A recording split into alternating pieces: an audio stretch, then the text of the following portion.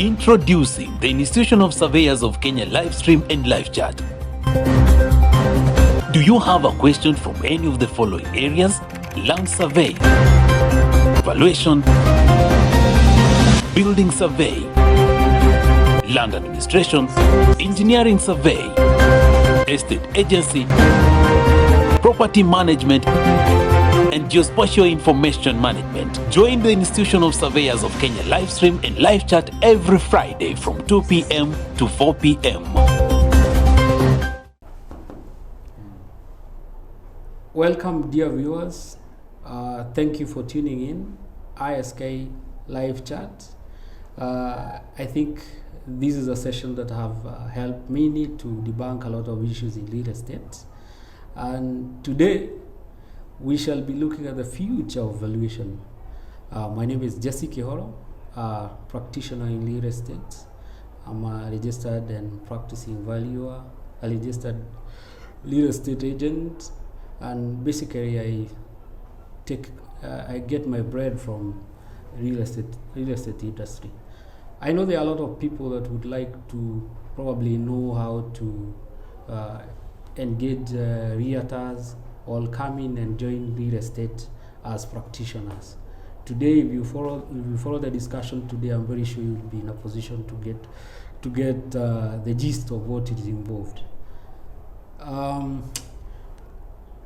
As we think about valuation or the future of valuation, it is important first of all to ask ourselves, what is a valuation? And in answering that question, and probably in looking at the future of the valuation, I'll be going through what valuation involves, the purpose of valuation, the process that we go through as valuers so that we can come up with the values, basis of value, premise of value, valuation of approaches, valuation methods, valuer skill sets, the future of the valuation professional, the future of the valuer, and basically then what a valuer should do so that he can be prepared to take up that future. We start off by asking ourselves, what is valuation? And many people normally ask, is valuation an art or is it a science? Some think it's a hybrid between an art and a science. Well, it has been defined as an opinion of the value of an asset or liability that has specified date given either in writing or orally, basically by a valuer. Many institutions or many individuals look for valuations for various purposes. You can imagine if you're taking a loan, you'll need a valuation that is for mortgages. If you're selling or buying, if you just want to know your worth, if you're looking to let your property or you're looking to let a property, you do a rental assessment. That is also a valuation. Financial institutions, when they are preparing financial statements, they also require evaluations. Basically, banks, when they seek to realize their asset through auctions, evaluation is a requirement. When the government is developing infrastructure and they are taking land from individuals through compulsory acquisition, they require evaluations. When companies like Kenya Power are building their lines, they require to acquire reliefs. Basically, when you're transferring your property, you require to undertake stamp duty valuation to ascertain the value of your property for stamp duty purposes. Then there is also the capital gain tax, which you need to pay on properties. That also requires a valuation. Then when people get arrested and courts ask for bonds, valuers come in handy to do valuation of the properties that you normally give as bonds. Basically, a inheritance and you want to distribute your wealth equally among your kings. Basically, a valuation would help in determining the actual value of those properties. The evaluation process basically starts with an instruction to value. An instruction to value elucidates the terms of engagement, basically putting down what the clients need, the purpose of that valuation, so that the valuer is able to determine which methods he can use to do that, and basically prepare himself. Then, as a value, you are required to identify the property. Basically, to identify a property, you need maps. In the process, you also need to confirm ownership of that property. So you need to do a title search. Things like you also need to confirm other things like zoning regulations that exist in that area. You also need probably to get information on arrears, on RAD rents and RAD rates. Again, when you're doing the valuation, you also need to verify the assets, or basically visit it and see whether it's a real asset, whether it's in existence, location in case of landed properties, and basically noting the neighborhood characteristics, verification of boundaries using the maps for landed properties, confirmation of the existing physical condition of the asset, the approximate age, basically noting the nature, size, condition, layout, and types and quality of materials used. Then the next process, once you have collected the data in the field about the property, you need also to collect data concerning the values or the recent sales of similar properties, cost.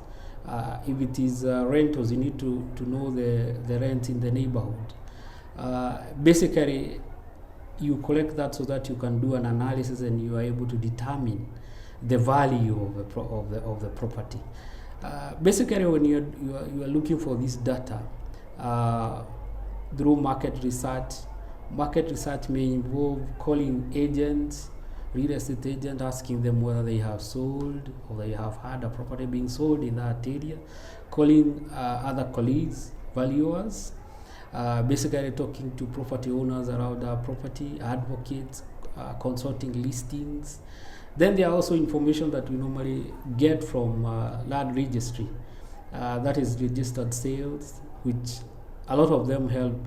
And key consideration when you're doing when you're getting data is authenticity or the reliability of that data. Basically, some Kenyans, through being Kenyan, declare some of these registered sales, and some agents will tell you they have sold something they haven't sold, or they lie for whatever reason. So basically, it's, you need to verify that the data you're taking is reliable and that you can use it to determine value. After that, you need to sit down and do some calculations, interpret that data, do various adjustments, put down your assumptions, and thereafter ascribe the requisite value. And basically, the goal of our valuation process, or the entire valuation process, is getting that value. And most clients, when you engage them, basically what they look at is just that page on the value and the signature that you have put in, and then they are done with the rest of the work. A valuation report that you give your client should have some specific details. And if I can highlight some of them, you need to indicate the details of the client, the property identification in terms of the title number or the land reference number, the purpose of the valuation, which is very important because it determines how you calculate the value, the date of valuation and inspection. Basically, this relates to how does the value relate to the time that you took the data, the assumptions or the special assumptions that you make, limiting conditions that you put in the report, regarding whether you can publish that report, distribution of that report, sharing with third parties, and issues like that. Then, what valuation methodology or approach have you used? You have to be clear of that. The other thing is the situation or location of that property. Basically, nowadays we normally put GPS coordinates. We also attach an excerpt of satellite mapping. You can also do a sketch. And that report also need to have title details, and basically title details, you need to note the details from the title search, encumbrances that are there? Have you are any loans or charges registered against that property? Any cautions that have been registered on that property? Then you also need to note who is the registered owner or owners, the size of that property, and then if that property is developed, you need to make a detailed description of those developments in there, measure out those buildings, make sure you check the condition of the building, and then something very important that many people who are not professional in real estate don't understand is that you have to inspect each and every corner of that house, including master bedroom, is not very comfortable, which many people are not comfortable with.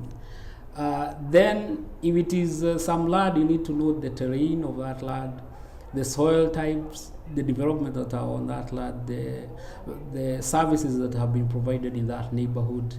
Then if it's a property that have been let, you need to note the tenancy details, including the lease terms, the names of the tenants, and something like that. Then at the end of that report, after all that description, you need to know that the value is probably one of the most important items. So you need to note the value. Then the valuer and the name, qualifications of that valuer, and then basically don't forget to attach some of very important documents like photos, searches, maps, any other document that may be of help or of relevance in interpreting the information that you have given in evaluation. At the tail end of that valuation process, the valuer need to be paid. Well, in Kenya, valuation fees are governed by the Valuers Act, 532 of the law of Kenya. And it is a professional malpractice to charge below or above the scale.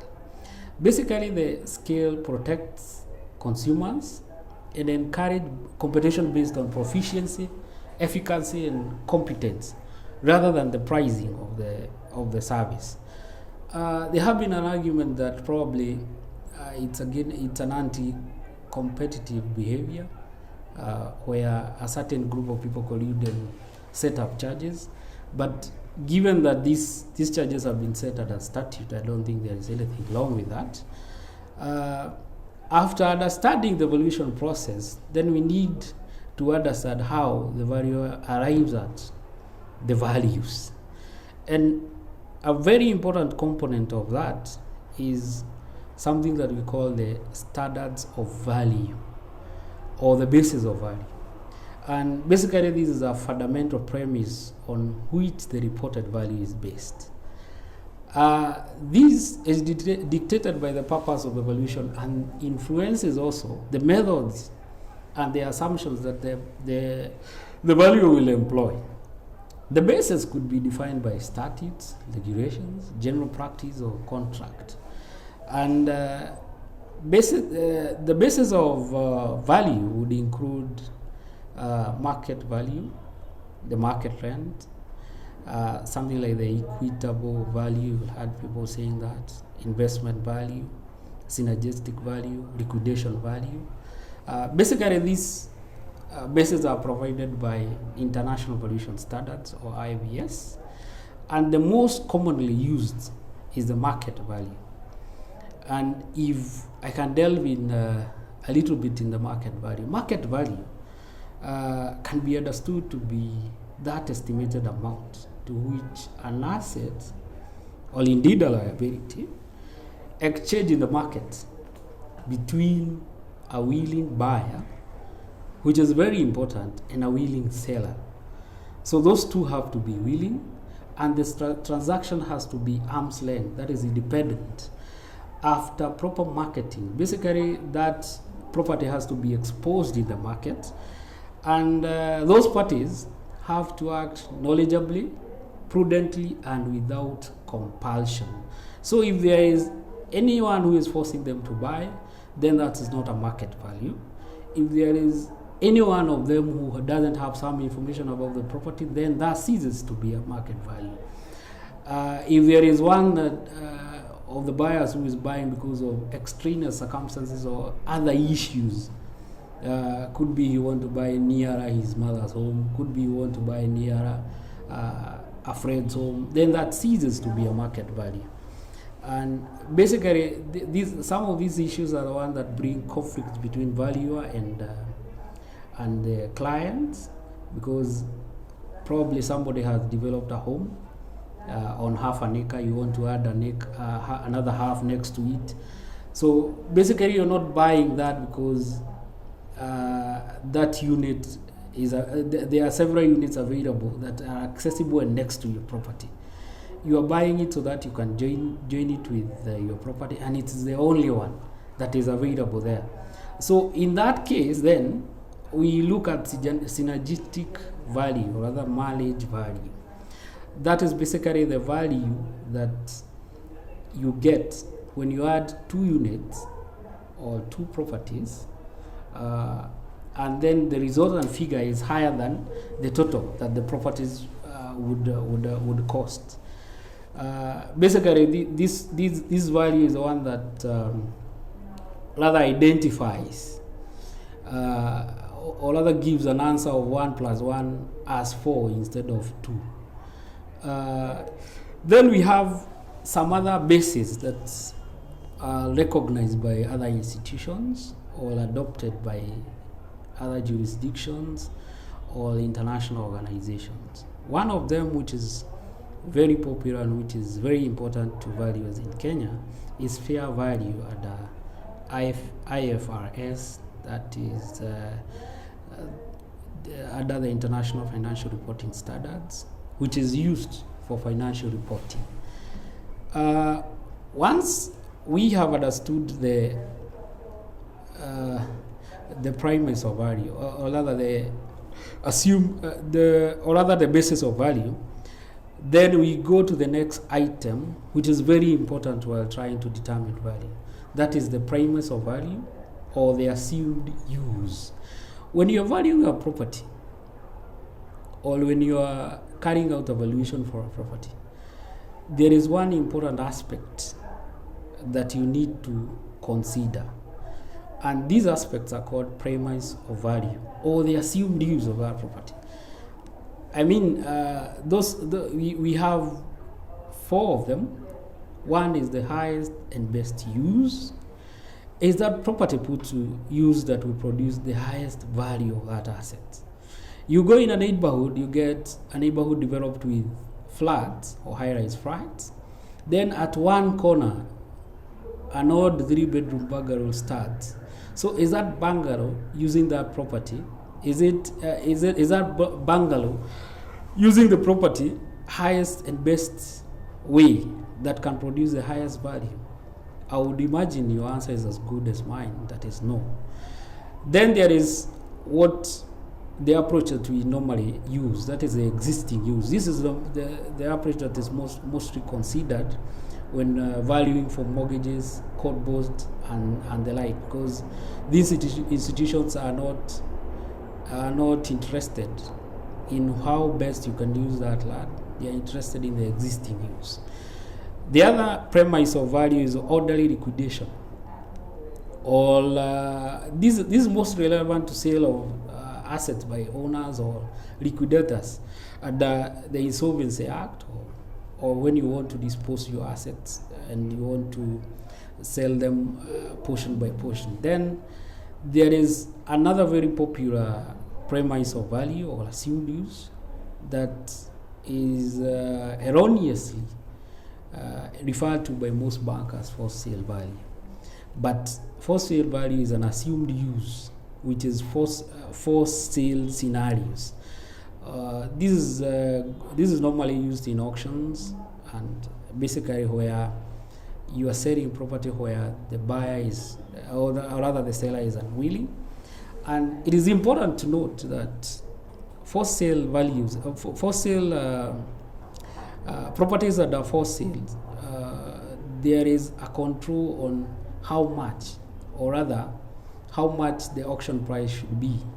And basically it should not be less than 75% of the market value. That is according to the Land Act, which was put there to protect property owners who are being deprived by by banks of your property by when they were selling the properties at throwaway prices.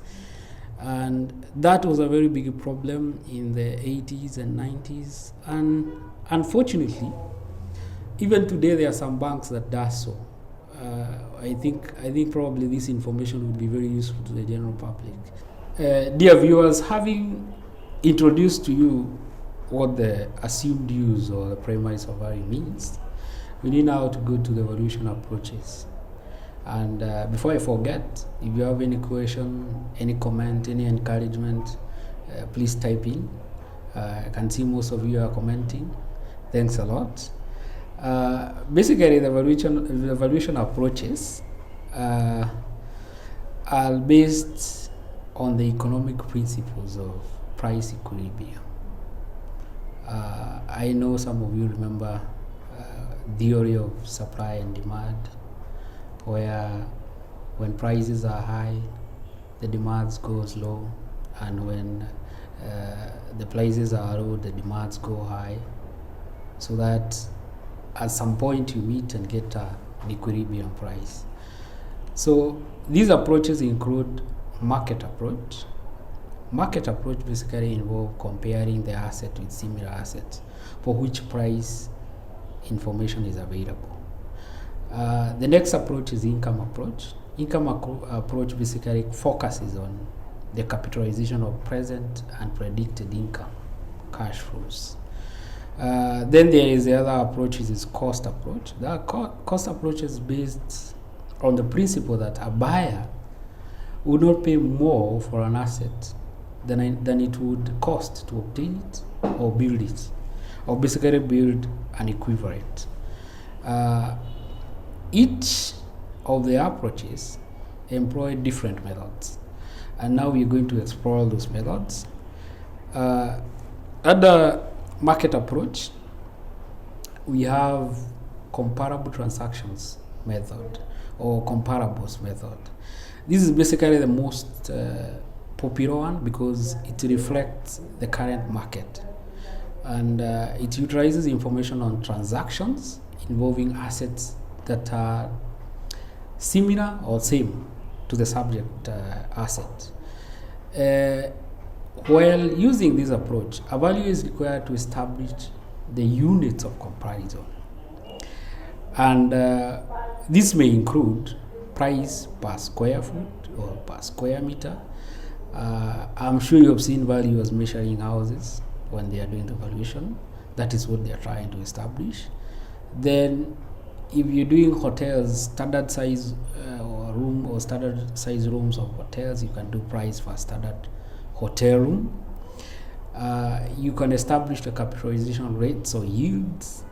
Then when you're in business valuation, you can establish the earnings before interest, tax, depreciation, and amortization, and use that as a basis. You can also establish the yield or interest spread. This is especially so in financial instruments valuations. You can also identify the relevant comparable transactions. Then next, you do a qualitative or quantitative analysis of those identified comparables, then adjust the valuation metrics, then apply to the subject assets. The next method under the markets approach is called guideline publicly traded comparable method. This utilizes information on publicly traded comparable similar to subject, e.g. shares in public companies, rights, etc. In order to arrive at value under market approach, sometimes you need to do adjustments or make adjustments on the data or on the comparables that you have collected.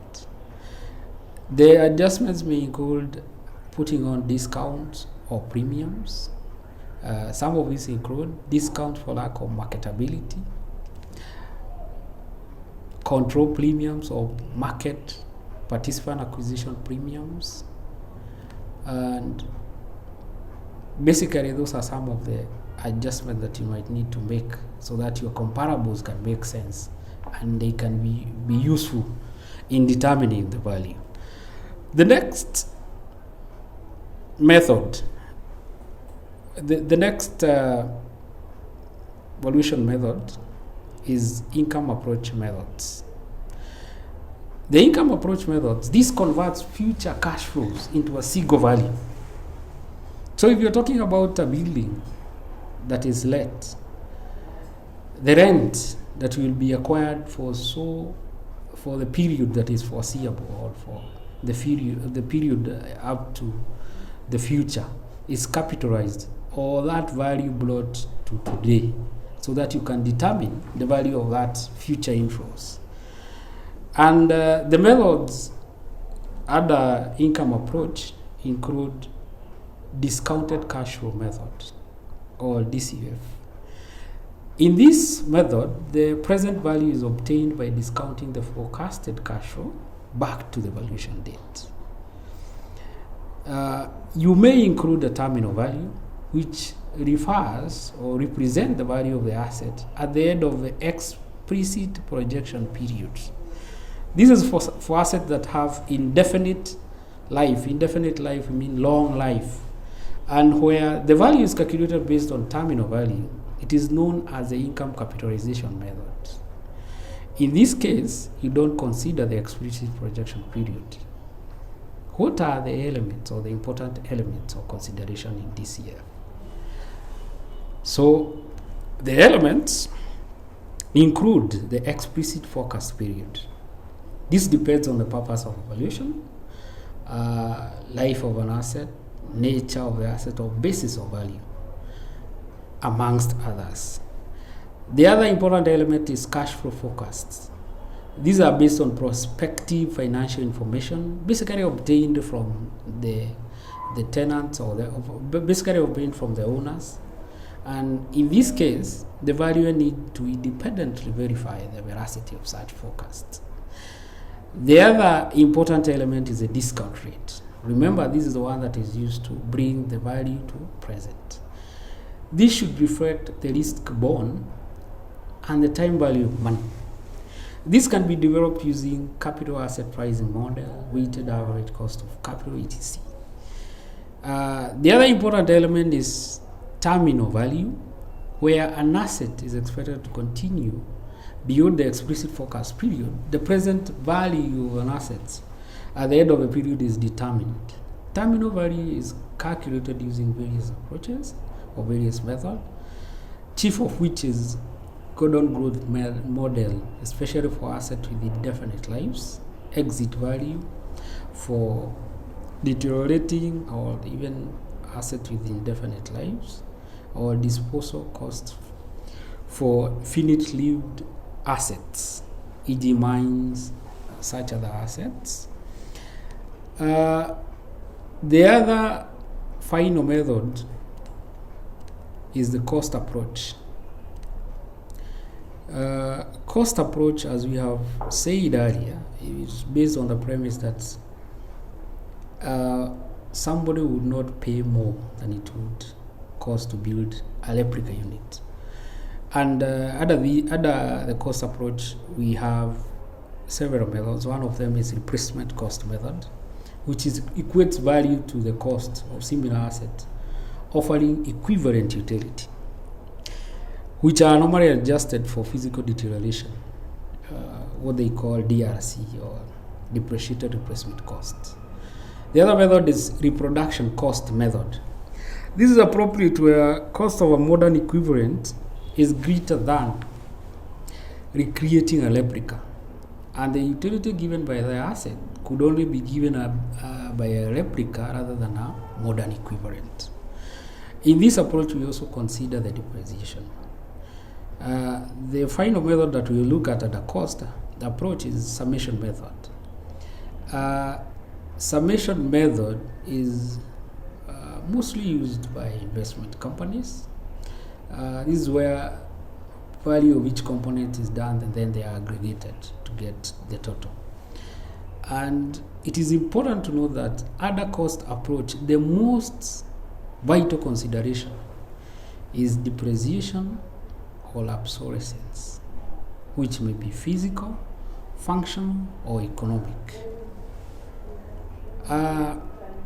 Having gone through the methods that are supposed to be used by the valuer when he is establishing the value, it is important to look at this valuer and define what skills should he have, what qualifications should he have, so that he can be in a position to understand all that have elucidated.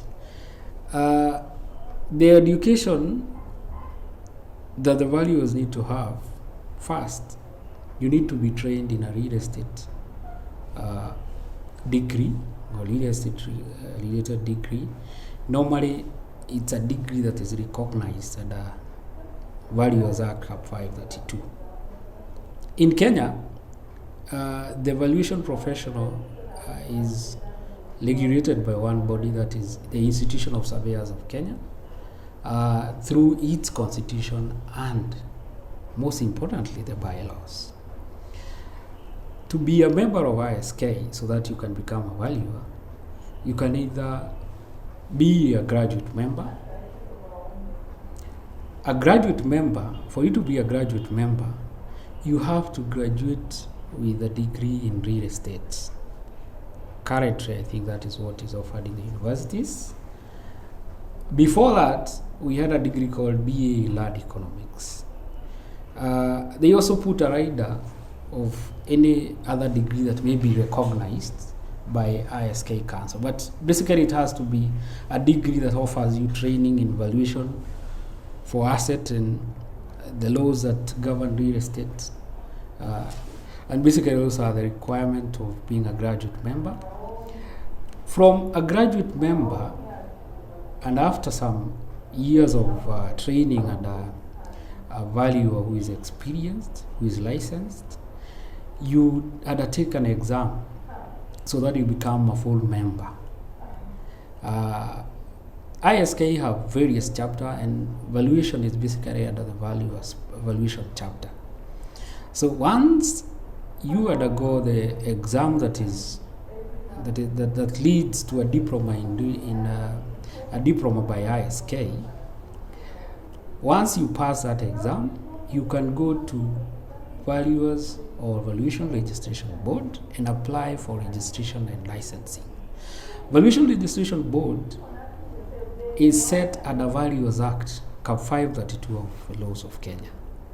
So basically, once you have attained full membership of ISK, you can present yourself for the interview, and once you go through the interview, you will be given the requisite licenses. After you get the license, you're supposed to renew it every year, and every other year you're supposed to maintain a professional indemnity cover that covers you against professional negligence, so that if you, while you're undergoing your evaluation, out of some inadequacies in the process that you are following, then a client loses money, then an insurance company can be in a position to come and cover you and pay that client. Basically, it gives a value as a peace of mind, but again, it gives him a responsibility to make sure that you are diligent in the work that you are doing. The other skills or competencies that are required, which is the technical competencies. Basically, a valuer has to have the ability to interpret maps, survey plans, registry index map, provision index diagrams, and then the valuer has also got to have the ability to undertake market research. As we have earlier put, much of the information that is used to come up with value is market-based. This is the information that be it either costs, be it either transaction or similar transaction to the property, you must get this information from the market. Then the other very important thing is that a valuer has to understand the applicable laws. That is the statutes that govern the various aspects of real estate. You have to be acquainted to any land-related statute and its provision, or any act that govern what you're doing as a professional, then this is a bit challenging to the older generation.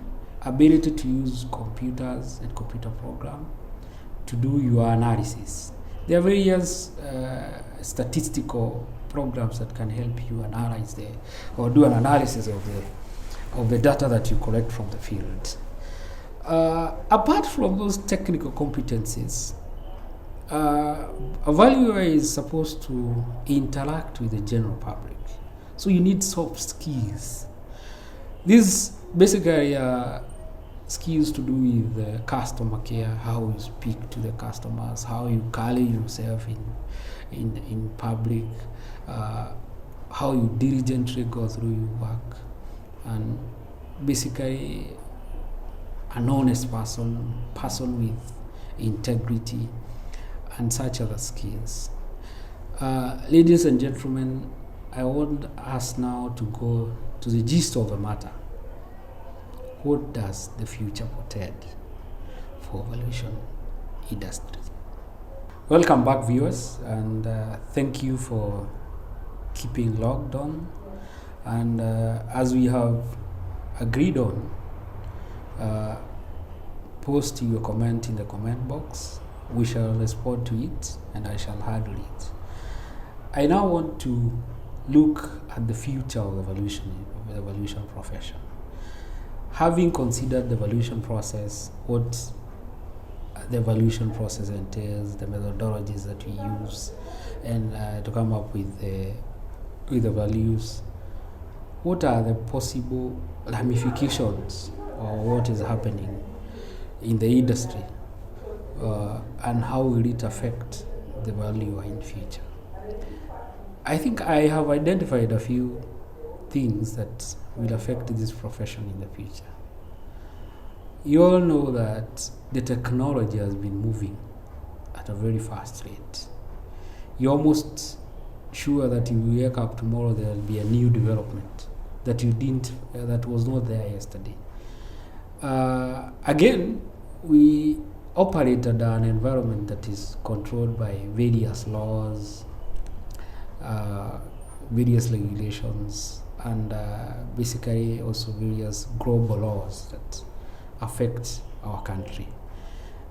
Then the client that we have been dealing with is changing at a very fast rate, becoming clever, quote in quotes, and with all due respect to my clients.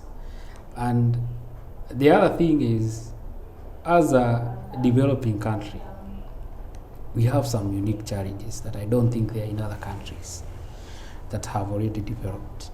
So I start off with looking at the technological advances. And I would wish to note that technology hasn't been static, and I don't think it will ever be. It continues evolving, and in the recent years at a very high rate. Some of the evolving technology or technological advancement that are likely to affect valuation include automation or automated valuation models, or what they call AVMs. I think I've seen a definition somewhere by RICS, that is, they define automated valuation models as mathematical techniques that provide estimate of value for a specific property at a specific date, accompanied by a measure of confidence in the accuracy of the results, and most surprisingly or disturbing, without human intervention. So basically that means you and me are in danger of being replaced by AVMs.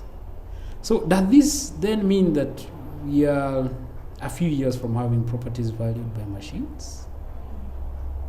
Maybe that's a rhetorical question that you need to interrogate. AVM has been used for valuation of developments that are similar, where repeat valuations are required frequently. These have been used in the Western world, and they have been touted as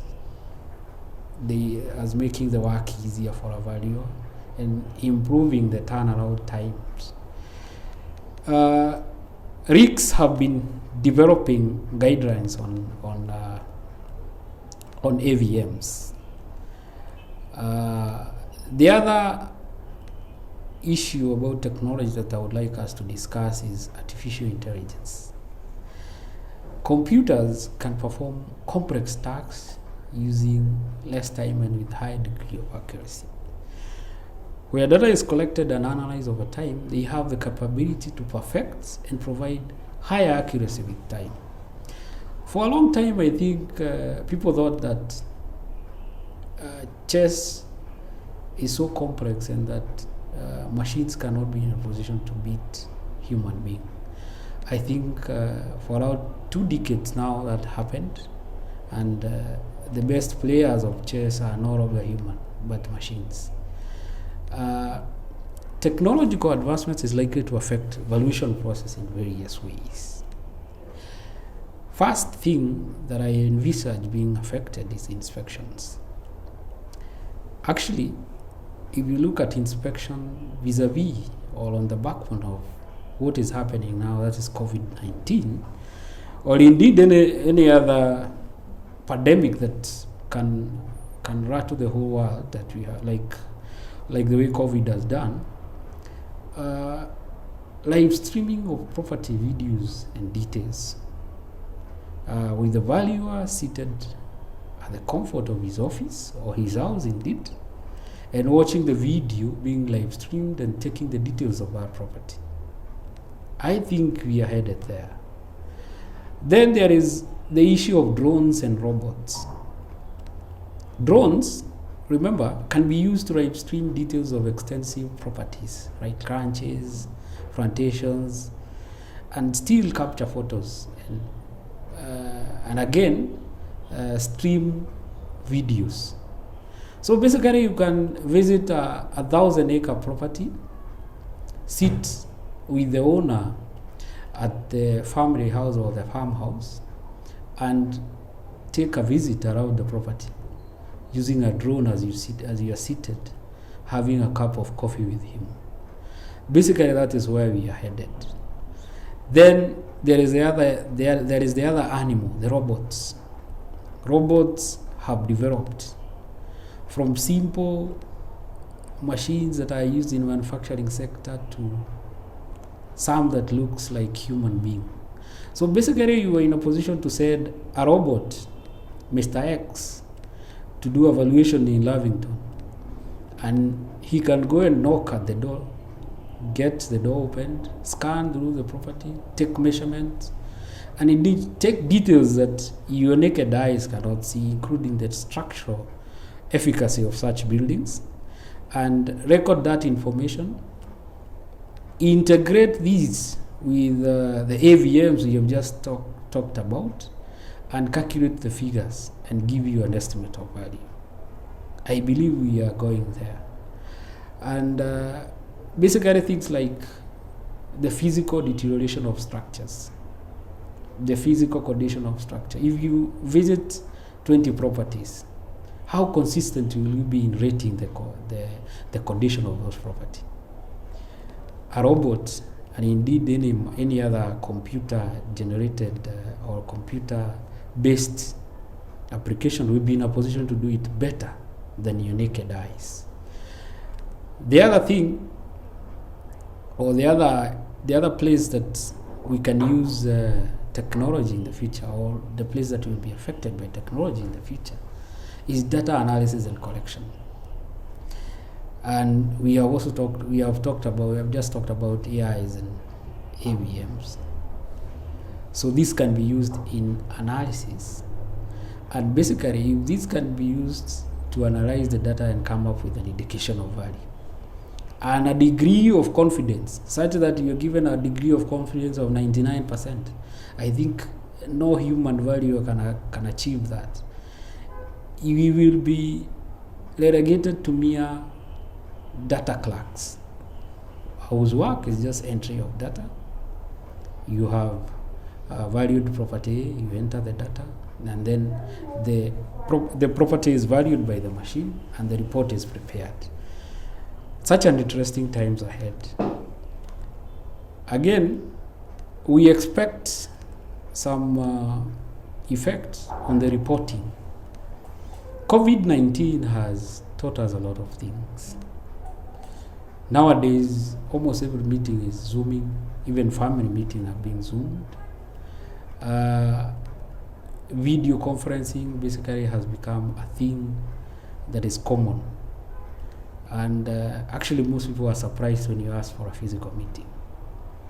We are headed to a time where digital reporting will be the in thing, and use of digital signatures will be the commonplace. And now the biggest problem will be the associated risk. Are we able to handle the hackers, the data breach? Are we in a position to handle identity thefts? Are we in a position to handle all that comes with online transactions? I mean, this is one of the areas, though I know technology is still growing, and probably data security or other internet security will be cheaper in the coming future. If banks and such big organizations get hacked, what about a small valuation firm somewhere in Moranga or Kisumu? I think it will be a very big risk. But again, as technology advances, these are issues that probably will be self-solving. On reporting, we will see clients requiring us to do additional reporting or additional reporting requirements in the future. In Europe, they have started requiring valuers to do market risk analysis by basically when they are doing mortgage valuations, calculating the risk of a property. That work is nowadays or currently done by banks, the risk department in the bank. So are we likely to see that coming to the valuation sector? And do we have the competencies? Again, the client might also require us to avail more data, the data that we normally use to do the analysis. Then the question comes, once the client has all the data, will he require your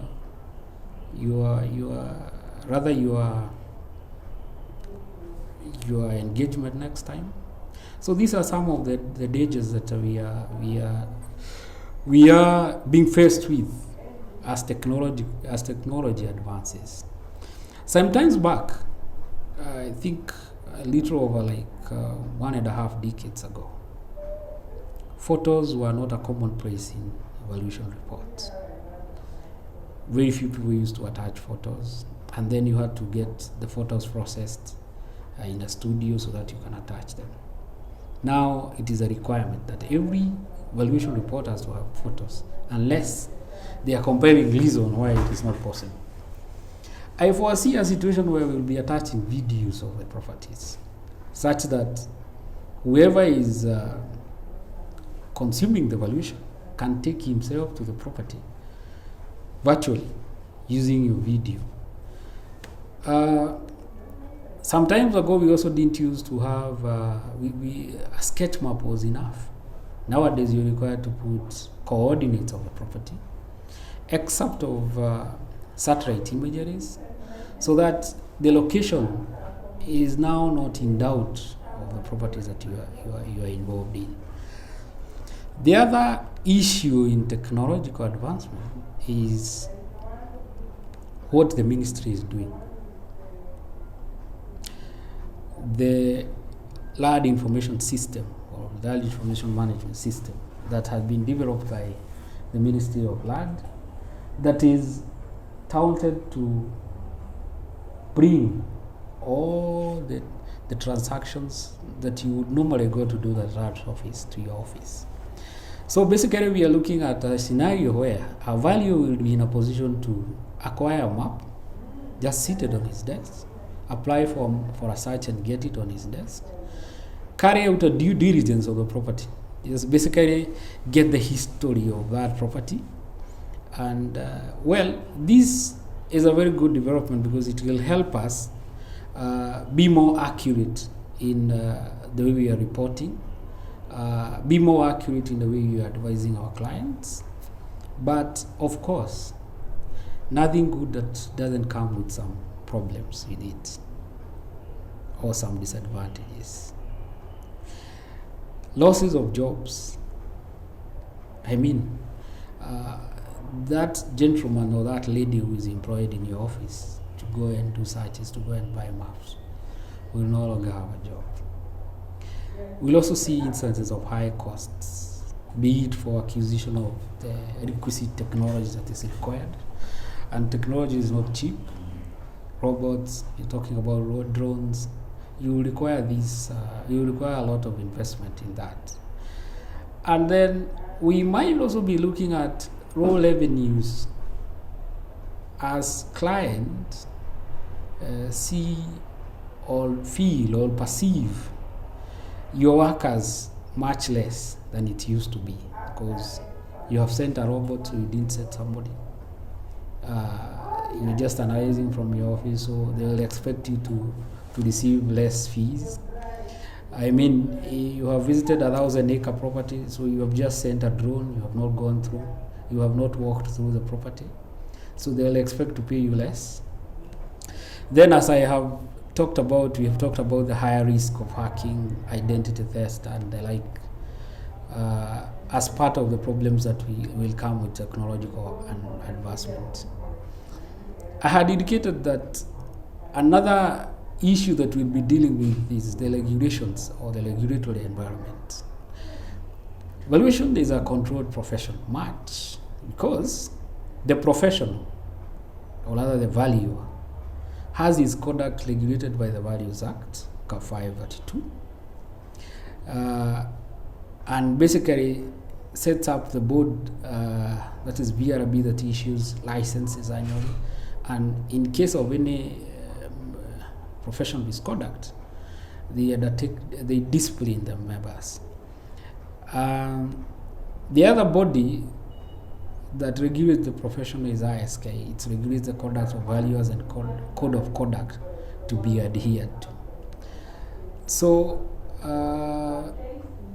the third is the effect of international regulations on the local practice. That is international valuation standards or any other standard that is adopted by Kenya or by the professions. The practice is also regulated. Valuation practice for some specific purposes is regulated by statutes and various international instruments. And I think when we refer to statutes or laws, I think it is important to start with the Constitution. Our Constitution, if you look at Article 2.5 and Article 2.6, brings international instruments and makes them, rather localizes them, such that any treaty or any convention that Kenya has signed is part of a local law. That is with Article 2.5 and Article 2.6. That is Article 2, Sub-Article 5, and Sub-Article 6. So any international treaty that has been signed by Kenya or ratified by Kenya is domesticated via those two sub-articles in the Constitution, which effectively makes them local law and makes them and to such effect, then we have to adhere to them. Basically, if you look at things like environmental related convention that Kenya has signed, things to do with climate change. So that means we have to put more weight on green buildings. So I don't know whether the market has started to reflect that. because these have been encouraged under some international treaties that Kenya have signed. The other instrument or the other statutes that affect a valuer include when valuing for auctions or asset realization for banks. The Land Act comes in handy in this phrase. It basically controls the price at which you can sell the property in auctions, and it puts the variance to be not more than 25%. So basically you cannot sell any property below 75% of the market value. The other acts that affect the work of a valuer could be the Law of Succession Act in distribution of properties under succession. And while doing valuation for financial reporting purposes, we normally consult the Companies Act, or indeed where such a company is under insolvency, the Insolvency Act.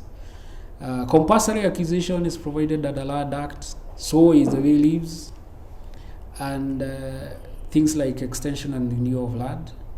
Valuation for mortgages, the Banking Act, the CBK Act provide those regulations, and the various international instruments that Kenya is a signatory regarding reporting of assets or debts.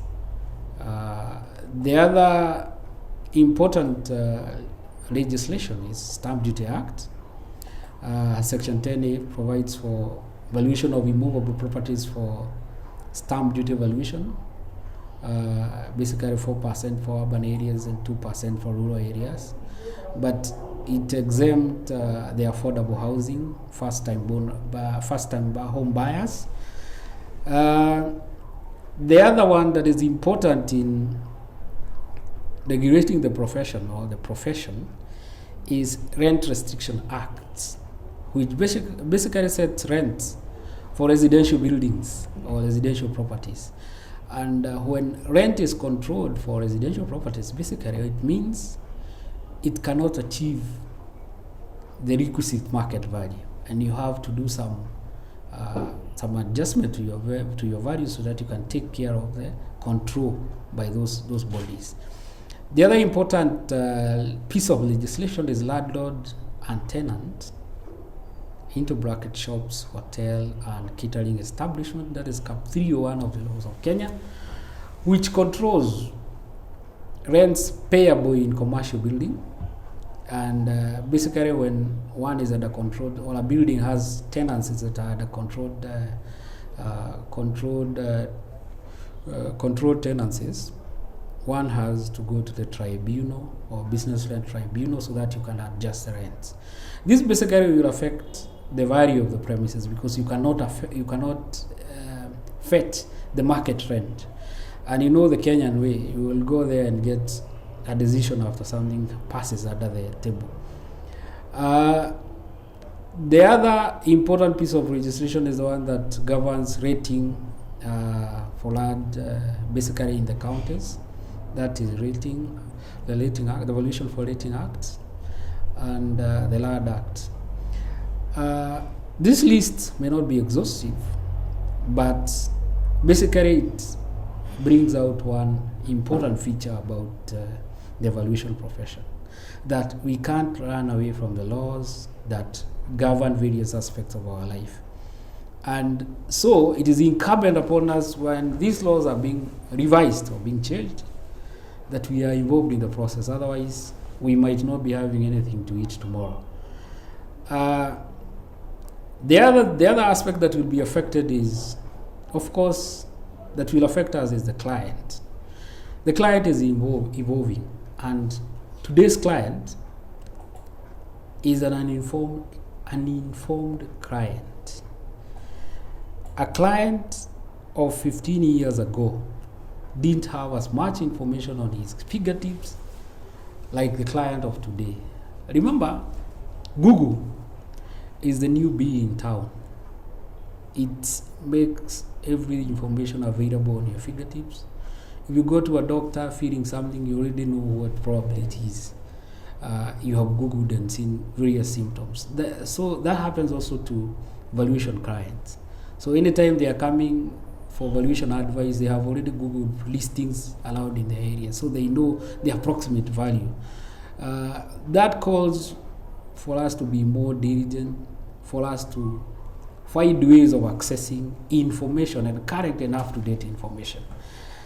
So, and for last, we also have to take a little time also on the net so that you can get the information that is available to these clients. This client will be looking for value addition. Beside the value that you give him, he will be looking for what else have you provided in the report. Have you provided him with the information on the zoning regulations, the local laws? What do they say?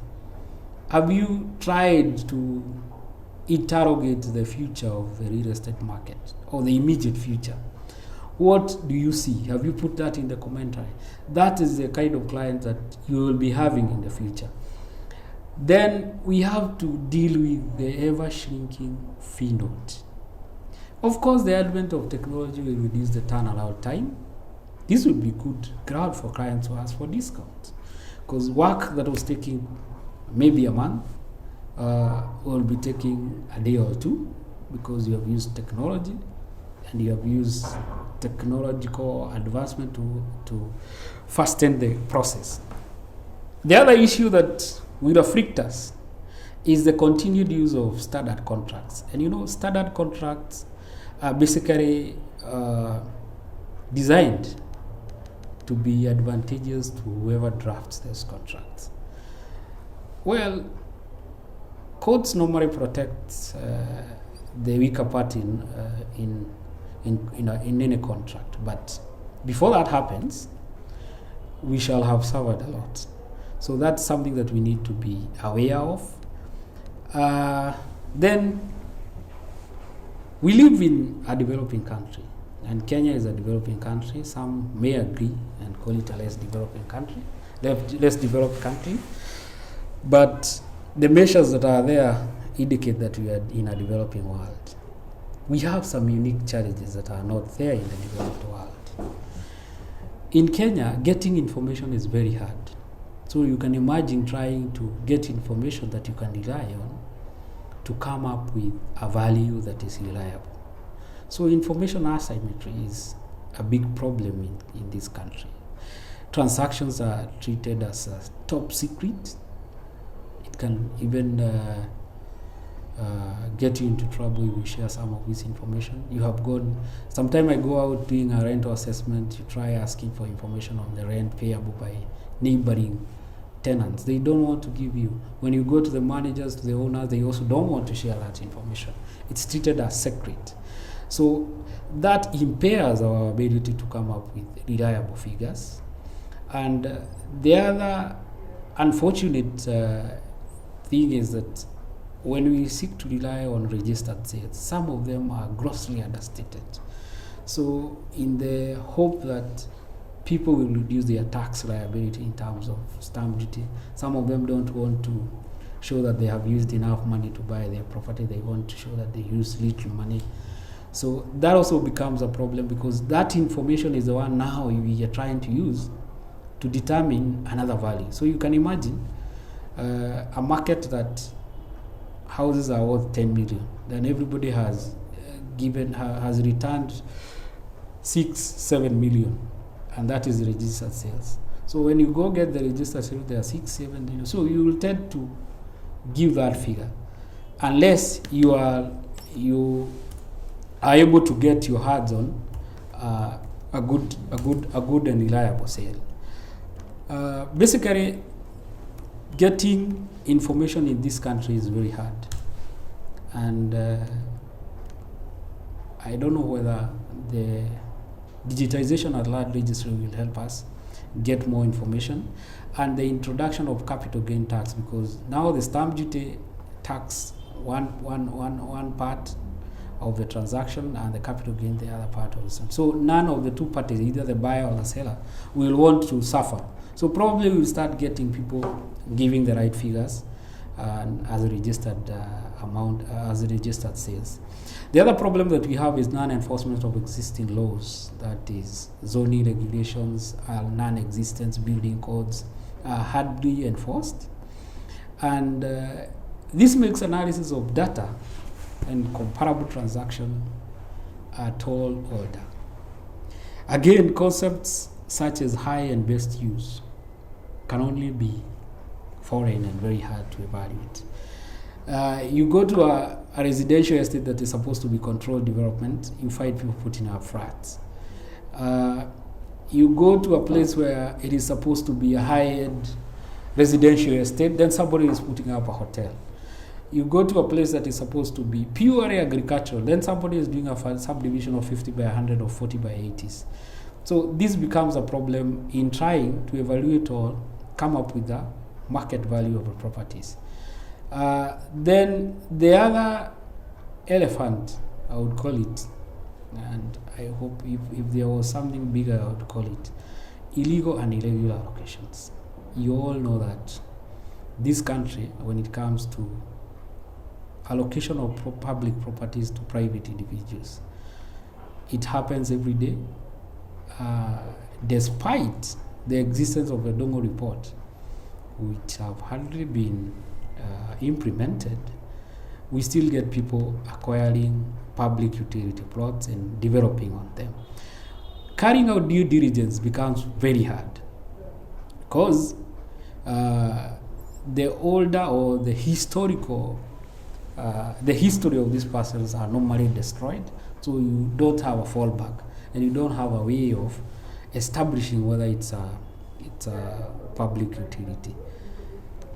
Then, how should a valuer respond to these challenges?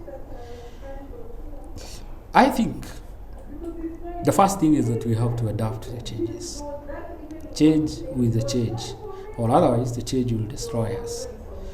The other thing, we have to have continuous training on the emerging issue. The Institution of Surveyors of Kenya offers continuous professional development for its members. And I think forums like this where we engage and try and exchange ideas. And then we also have to enhance our statistical analysis skills for collection, collation, analysis, and presentation of data. And adopt the technology. If the AVMs come, we adopt them. Drones come, we adopt them. And even those robots. The other most important aspect is advocacy.